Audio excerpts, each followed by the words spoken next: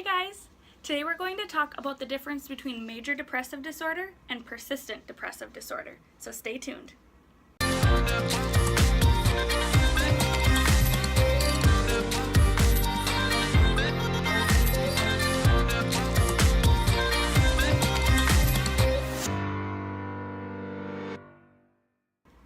Hey guys, welcome back. If you're new to my channel, thanks for coming. Today we're going to talk about the difference between major depressive disorder and persistent depressive disorder.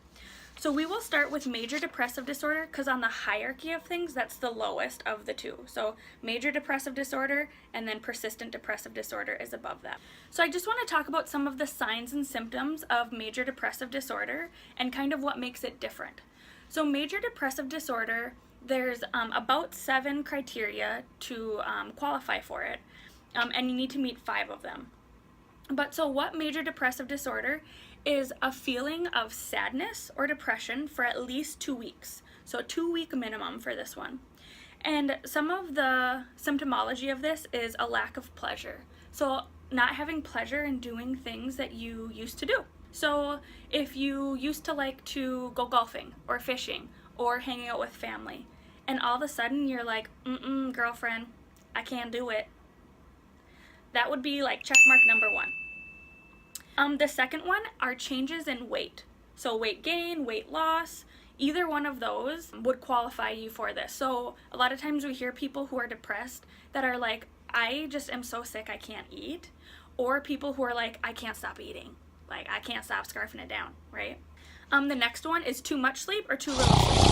So bedridden, not able to get out of bed, not able to function, right? That would be too much sleep. And too little sleep are those people who just like are ruminating at night, can't fall asleep, their thoughts keep going and going and going, which I want to caveat that anxiety has some very similar characteristics. So I will do another video on anxiety at some point so we can talk about that and how anxiety and depression are like cuddle buddies. Like they really like to be close and together. So we'll talk about that on another episode. Loss of energy. So not having energy most days out of the last 2 weeks.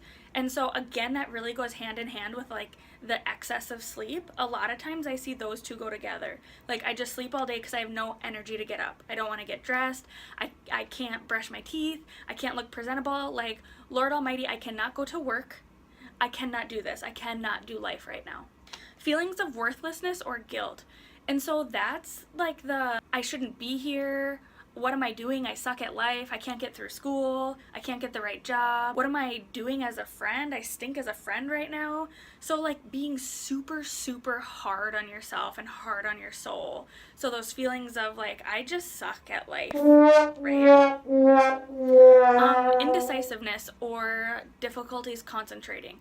So that is like if you have a big decision you need to make. Let's say you're like, hey, I have something in my car that needs to get fixed.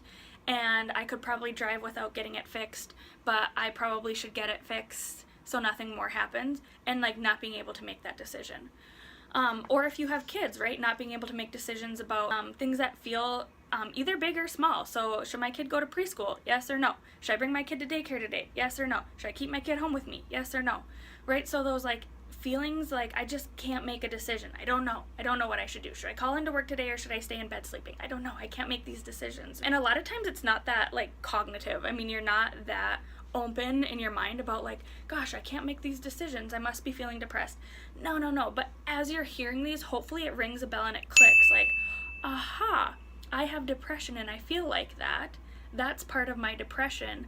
Or I feel like that often, perhaps I should look a little bit deeper into depression and see whether that's something I have or not. So the last one are recurrent thoughts of death, recurrent thoughts of suicide, suicide attempts, anything surrounding wanting to end your life. I'll do another video another day for thoughts about death and kind of what that looks like and what's normal for people and what's not normal for people and when to seek help and things like that. So please look out for that.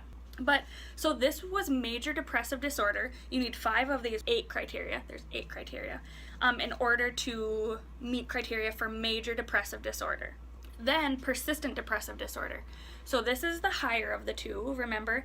And all the criteria are exactly the same as the last one. Makes it easy, right? Except one. And the one is that it needs to be present for at least 2 years. Persistent depressive disorder is a 2-year deal, right? So if you felt the 5 of the 8 symptoms for the last 6 months, major depressive disorder. If you felt 5 of the 8 symptoms for the last 2 years, persistent depressive disorder. That's the only difference between the two. So I feel like I do need a caveat that depression is a piece of bipolar disorder. And so one of the biggest things to differentiate between our depressive disorders and our bipolar disorders are manic states. So if you feel like you've been in manic states before or hypomanic states, that means like excessive energy all of a sudden. And we see things like excessive spending, lack of having thoughts that are in tune with reality, that like really exaggerated, really up high, upbeat, those feelings. And then later on comes the depression. Then we're looking at a different category of diagnoses that would be looking more at the bipolar stuff. Just want to caveat that both of these diagnoses we talked about do not have a manic state in them. So if you feel like sometimes you're low and then all of a sudden you're high and then you're low and then you're high, we'd be looking at a different diagnosis.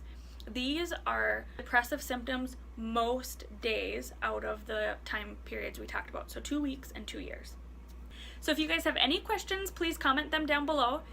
If there's other videos you'd like to see, please let me know because I am so willing to make videos that you guys are looking for. And again, if you haven't yet, please subscribe. I'm so trying to get my subscribers up. As you guys know, that once I hit 1,000 YouTube subscribers, things totally change for me in the YouTube world. So that is my goal for 2019, is to get 1,000 subscribers. So please do this girl a solid and subscribe down below. Thanks, guys.